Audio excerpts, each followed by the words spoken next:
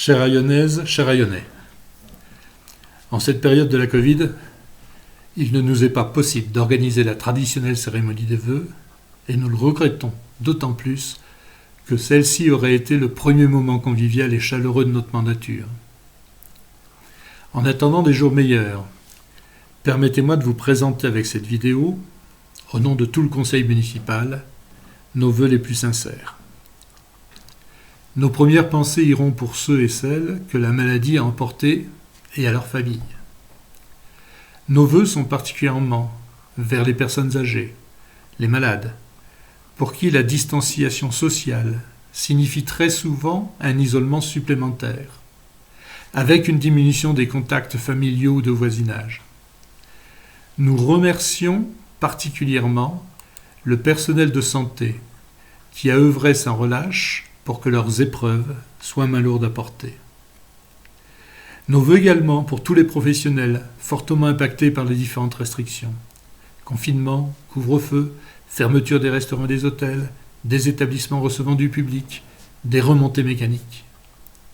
Vous êtes nombreux aujourd'hui à avoir dû vous adapter pour survivre à cette crise, pour essayer de sauvegarder un minimum d'activité. Nous espérons fortement que les promesses d'aide du Fonds de solidarité puissent se concrétiser rapidement et soient à la hauteur de ces promesses, afin de se retrouver à la fin de la crise avec le même potentiel que nous avions avant celle-ci. L'année 2020 a vu disparaître presque toutes les manifestations qui permettaient de nous retrouver ou de montrer à nos nombreux résidents et touristes notre dynamisme. La trêve estivale nous a tout de même permis de réaliser le festival d'astronomie, les arts en scène, la soirée du 15 août, la déambulation de François-René Duchâble à la Chartreuse et le rallye des Bauges. Mais combien d'efforts de programmation et de préparation ont fait l'objet d'annulations de dernière minute. L'effet de la crise sanitaire a fait prendre conscience à beaucoup de citadins la chance que nous avons de vivre dans un environnement naturel exceptionnel, avec de l'espace et du bon air. L'envahissement du premier confinement nous a fait prendre conscience d'un équilibre précaire de cet environnement et qu'il nous faut penser aux aménagements nécessaires pour recevoir un public avide de profiter de nos espaces, mais pas toujours conscient des droits et devoirs qui s'y attachent. La reconfiguration du tourisme national vers la mer et la montagne nous a tout de même permis de sauver notre saison estivale et de montrer l'intérêt de la diversification des activités de notre station. C'est ainsi que le nouveau parc suspendu des Géants a conquis un public nombreux, ou que la course d'orientation sur Marjoriaz a vu passer en moyenne 15 personnes par jour, chaque orienteur séjournant en moyenne 5 jours dans les Bauges.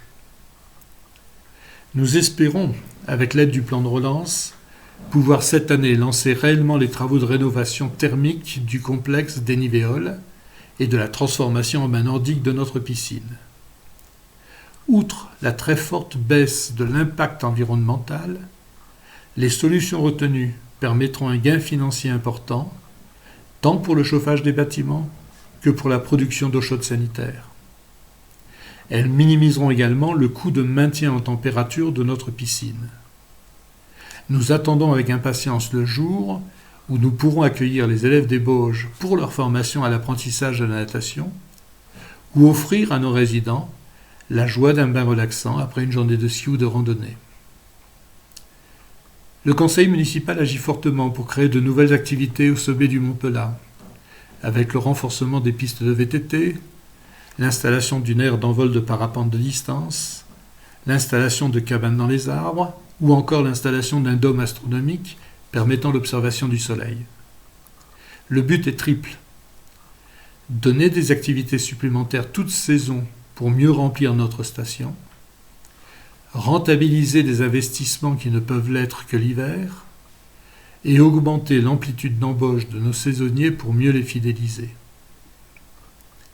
2020 verra également reprendre les travaux de sécurisation de la chapelle de la Correrie, grâce aux actions menées par l'Association de sauvegarde du patrimoine religieux d'Aillon-le-Jeune, récemment créée, et au concours de la région Auvergne-Rhône-Alpes et du parc naturel régional des Bauges. Plusieurs projets d'aménagement de notre commune sont également à l'étude. Aménagement du parking de la Fruitière avec une halle solaire. Continuation du chemin de liaison station-bourg vers le centre du village. Stade multisport, patinoire, Wi-Fi public. Souhaitons que notre mandat permette de concrétiser une partie de nos espoirs. Une certitude cependant, ce sera avec beaucoup de plaisir que nous vous inviterons, dès que les restrictions nous le permettront, à une rencontre conviviale d'information et d'échange. En attendant, la meilleure année pour 2021.